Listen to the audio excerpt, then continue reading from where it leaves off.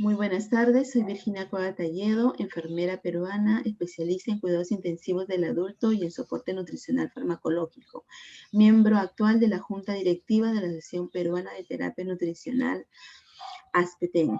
Agradezco a la Asociación Portuguesa de Nutrición Enteral y Parenteral y al comité organizador de este magno evento por la gentileza de haberme invitado como conferencista.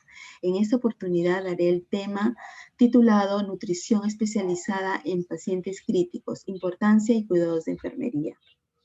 La terapia nutricional en el paciente crítico es una de las primeras prioridades en el manejo de este tipo de pacientes, porque el fin de la terapia nutricional especializada es para evitar la desnutrición hospitalaria que puede desarrollarse dentro de un área de cuidados intensivos.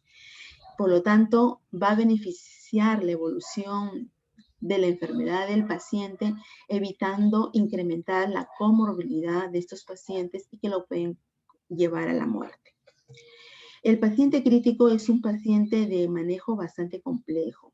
La terapia nutricional especializada se va a iniciar desde que este paciente ingresa a estas unidades de cuidados intensivos y es la enfermera especialista quien admite al paciente la que va a iniciar esta terapia nutricional especializada a través del tamizaje nutricional, que viene a ser el control del peso y de la talla. Datos importantísimos, básicos, que van a ser necesarios porque a partir de ellos el médico intensivista como la nutricionista clínica van a trabajar con estos datos y van a instaurar la terapia nutricional especializada que el paciente necesita.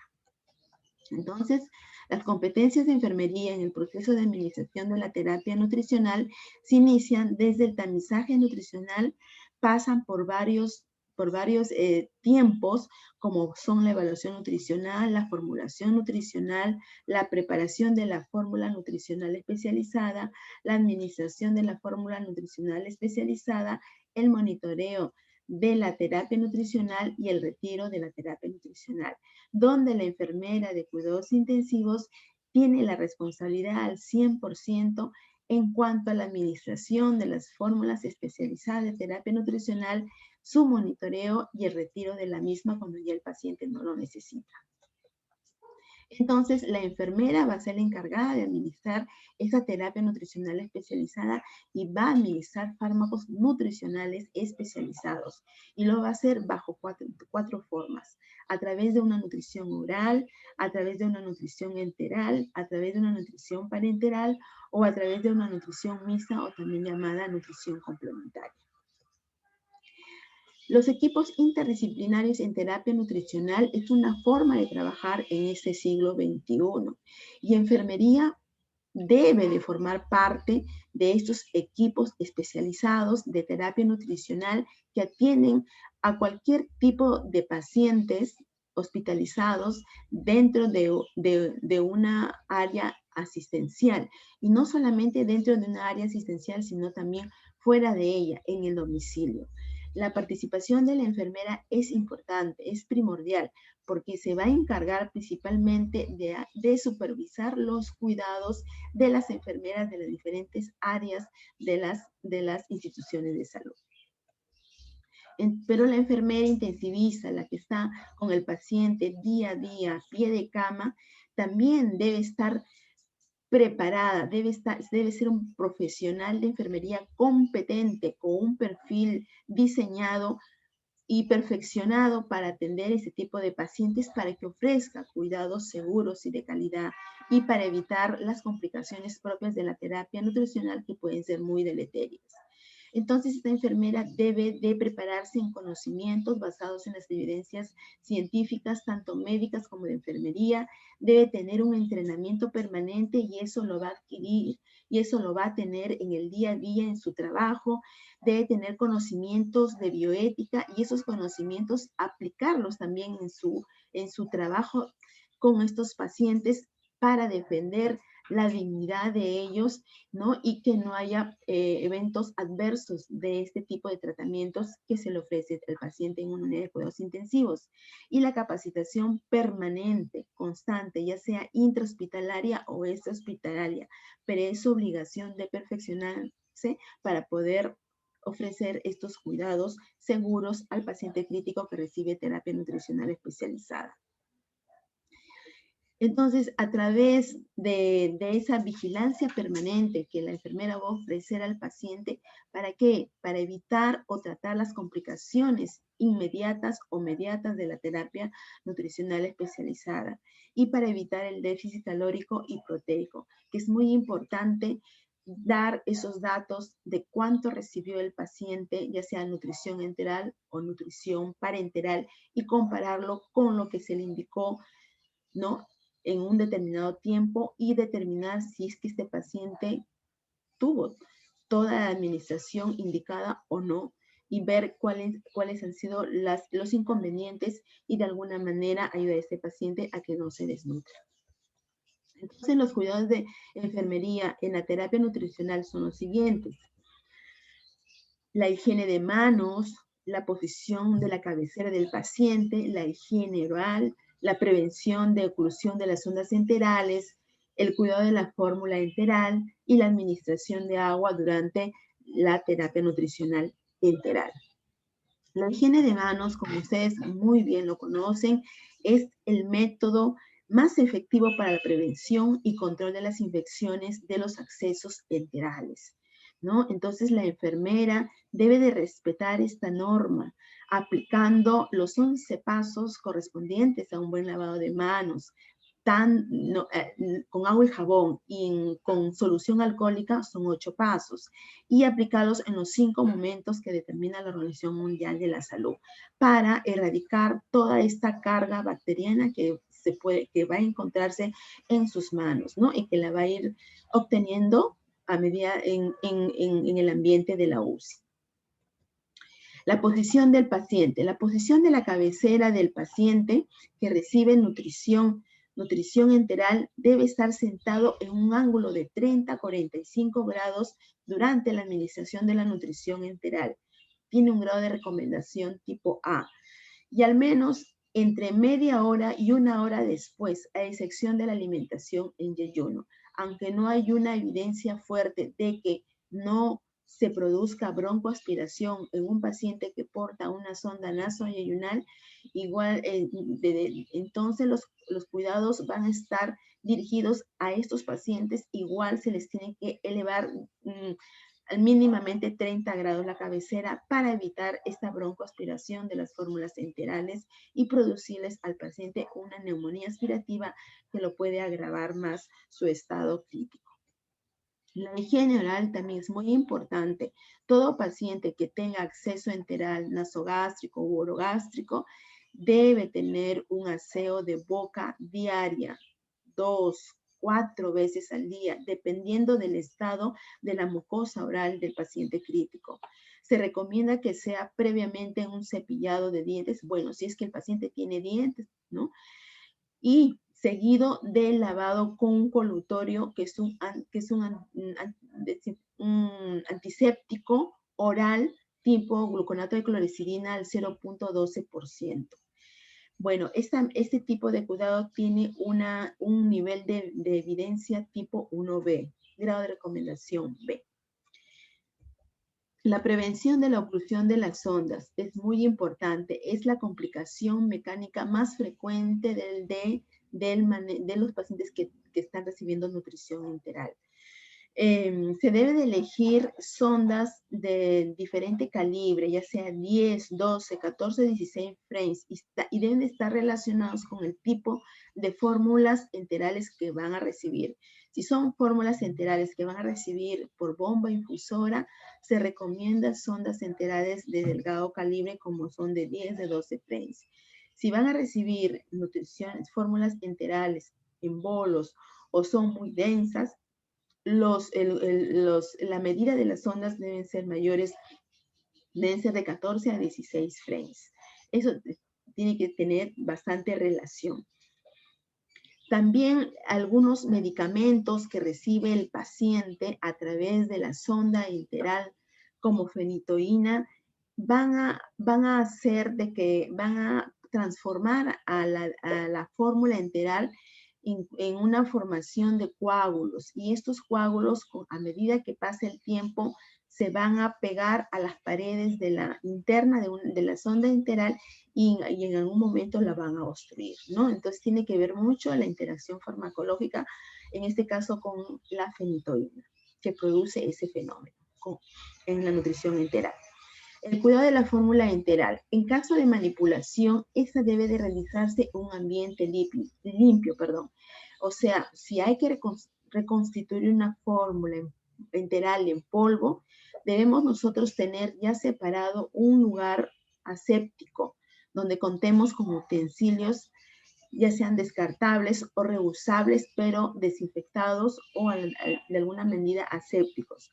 Aplicar todas las medidas de bioseguridad y el previo lavado de manos y el uso de guantes estériles para el manejo de estas fórmulas enterales, aunque nosotros lo ofrezcamos por vía oral.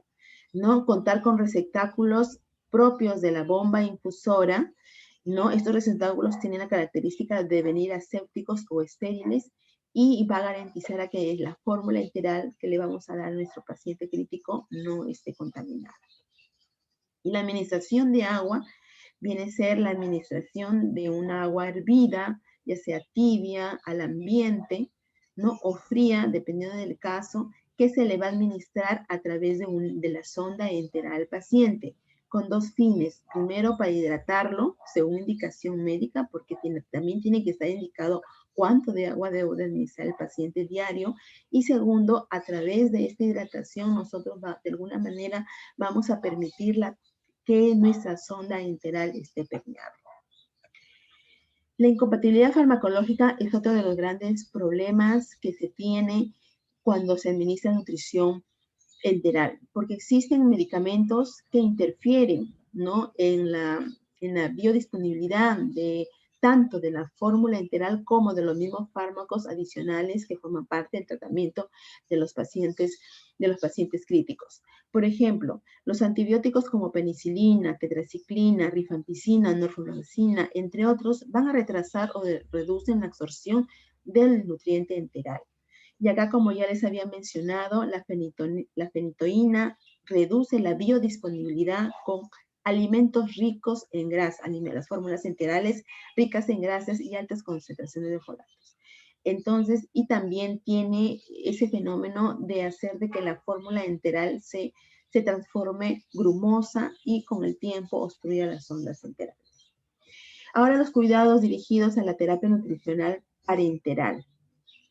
Es muy importante, ¿no? Que la enfermera también conozca estos cuidados y los pueda protocolizar, que es importante la protocolización de estos cuidados para que todo el equipo de profesionales de enfermería puedan actuar de la misma manera encaminados a los mismos objetivos, que es de evitar las complicaciones de la terapia nutricional. Entonces tenemos reglas de oro para instalar una bolsa de nutrición parenteral. Estas reglas de oro se refieren a la calidad de los insumos, ¿no? biomédicos que voy a utilizar para administrar nutrición parenteral. Estos insumos especializados deben ser de un material biocompatible, ¿no? Biocompatible y que no produzca efectos deleterios para el paciente. Por ejemplo, libres de DHP, que es un elemento químico que forma parte ¿no? de la composición de estos equipos biomédicos. ¿No? Últimamente ya estos equipos biomédicos para administrar nutrición parenteral ya no vienen con ese elemento de DHP. Además, estos equipos de infusión de nutrición parenteral deben de incorporarse filtros que nos va a permitir detener cuerpos extraños que vienen de la bolsa de nutrición parenteral. Entonces va a evitar problemas de embolismo en el paciente con el tiempo, ¿no? La bioseguridad es muy importante, así como ya se explicó en los cuidados de nutrición enteral, la bioseguridad se comienza con el lavado de manos, ¿no? Y que es importante, muy importante, sobre todo en la administración de la nutrición parenteral, ya que nosotros vamos a manejar, ¿no? vías endovenosas, ¿no? Y tenemos que evitar la contaminación, ¿no? Del torrente sanguíneo con gérmenes, ¿no? Que lo podemos transportar a través de la mano o a través de los equipos o los insumos biomédicos que los podemos contaminar y estos contaminan al torrente sanguíneo del paciente. Y el monitoreo constante, que es importantísimo. Después de instalada la nutrición parenteral, la bolsa de nutrición parenteral, la enfermera intensivista debe monitorear diariamente en cada turno, ¿no? Cómo se administra esta bolsa de nutrición parenteral y si es que el paciente, una de las complicaciones que estoy mencionando, presenta hiperglicemias, ¿no? Que es muy característico en estos pacientes que reciben nutrición parenteral. Entonces, estas 3 reglas de oro, la enfermera de cuidados intensivos debe ofrecer al paciente para darle seguridad en el manejo de la terapia nutricional parenteral. Específicamente, estos cuidados van a ser dirigidos a los accesos y dispositivos endovenosos, a la conservación de mezclas parenterales, a la instalación de bolsas de nutrición parenteral y al monitoreo mismo de la mezcla parenteral que se le ha instalado al paciente. En cuanto a la inserción del catéter venoso, puede ser periférico, ¿no? Para administrar mezclas parenterales de baja osmolaridad. Puede ser de 900 a menos milosmol por litro, ¿no? Pueden ser mezclas de nutrición parenteral binarias o terciarias, ¿no? En cuanto a la inserción de este catéter periférico, también aquí debe ser muy escrupulosa la limpieza, la asepsia y la bioseguridad que la enfermera debe de aplicar para insertar este dispositivo no endovenoso periférico. Entonces, con eso vamos a garantizar de que el paciente no nos haga problemas de infección por mala técnica de colocación de este catéter venoso periférico. Los catéteres venosos centrales son un tipo de dispositivos que son colocados por el médico intensivista, ¿no? Entonces, este médico intensivista o esta médica de cuidados intensivos debe estar entrenada, debe ser experta en colocación de este tipo de catéteres, porque lo que se quiere, ¿no? Es lograr una inserción, un intento para insertar ese catéter, solo un intento y que debe estar colocado ese catéter. Evitar los intentos repetidos porque de lo contrario vamos a originar dolor, vamos a originar disconfort en el paciente, bueno, si es que ese paciente está consciente, y sobre todo vamos a originar infección posterior, ¿no? Por esa contaminación que ha tenido el paciente por tratar de insertar en varias oportunidades el catéter venoso central. Y la bioseguridad es muy importante, ¿no? Tener todos los implementos, ¿no? Que protocolicemos, ¿no? Para insertar un catéter venoso central.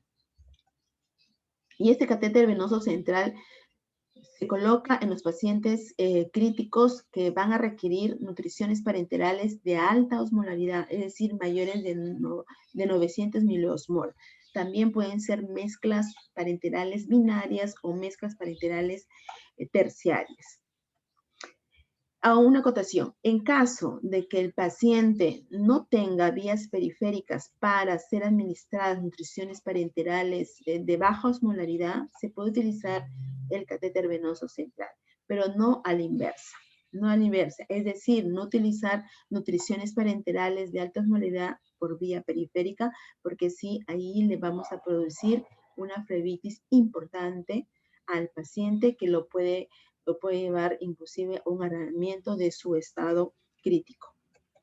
Entonces, aquí tenemos los diferentes accesos venosos centrales, un acceso venoso central a nivel yugular, a nivel subclavio y un catéter venoso central tunelizado, que es otro tipo de catéter venoso central que se utiliza para administrar nutriciones parenterales a largo tiempo. Entonces, la enfermera intensivista debe cuidar este tipo de catéteres. Los cuidados meticulosos, los cuidados muy ahí, digamos, muy competentes, donde se respete el protocolo que está instalado dentro de la unidad de intensivos, nosotros vamos a lograr catéteres que no nos van a dar posterior infecciones, ¿no? Y que van a durar 15, 20 días, inclusive hasta un mes pueden durar los catéteres venosos centrales bien cuidados, pero la enfermera debe monitorizar de cerca, por eso es importante que utilice parches transparentes que van a cubrir al catéter venoso central para que pueda visualizar con facilidad si es que el paciente hace, por ejemplo, en este caso una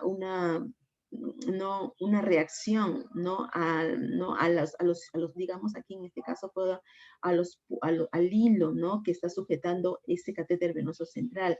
Puede ser zonas de inflamación que tal vez nos traduzca de que el paciente está ya empezando a hacer una infección relacionada al catéter venoso central de la nutrición parenteral, ¿no? El cuidado, las curaciones también deben ser programadas, pueden ser curaciones cada semana, va a depender mucho cómo por ejemplo, este parche transparente se conserve, y si no hay presencia de secreción u otro elemento en el punto de inserción o en los puntos de sujeción del catéter, entonces no es necesario hacer las curaciones, solamente cuando sea necesario. Y así evitaremos contaminar la zona de inserción del catéter venoso central. Es muy importante que después de colocado ese catéter venoso central se haga el control radiográfico para ubicar, ¿no?, la punta del catéter donde está ubicado. Si en caso de que no esté ubicado a nivel de la vena cava superior y esté ubicado en otra vena, y si vamos a administrar mezclas de alta osmolaridad, vamos a tener que volver a hacer que se coloque ese catéter venoso central, porque si utilizamos otra vena de menor calibre que la vena cava superior, entonces vamos a lograr que se inflame el endotelio de esa vena.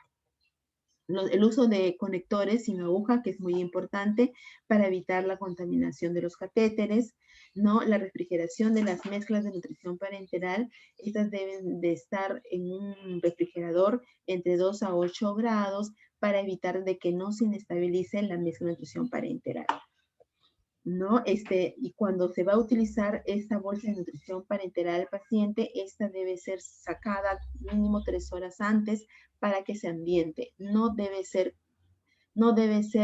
colocada fría esta mezcla de nutrición parenteral, porque puede producir complicaciones en el paciente como arritmia cardíaca.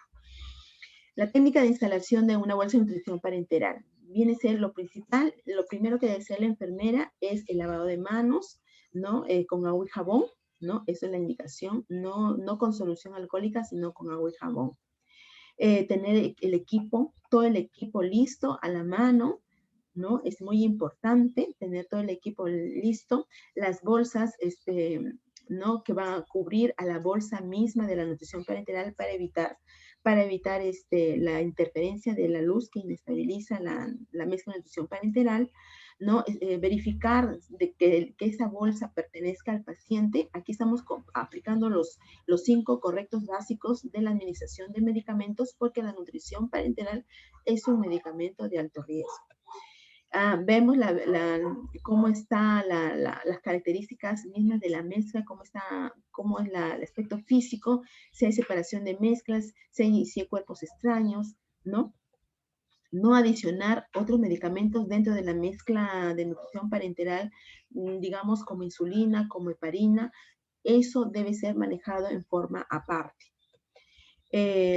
Contar con equipos especializados como bombas infusoras de nutrición parenteral para que nos dé una administración segura de esta misma nutrición parenteral al paciente, y el monitoreo constante que debe hacer la enfermera desde que se instala la nutrición parenteral en el paciente crítico. Muchas gracias por su atención. Hasta pronto.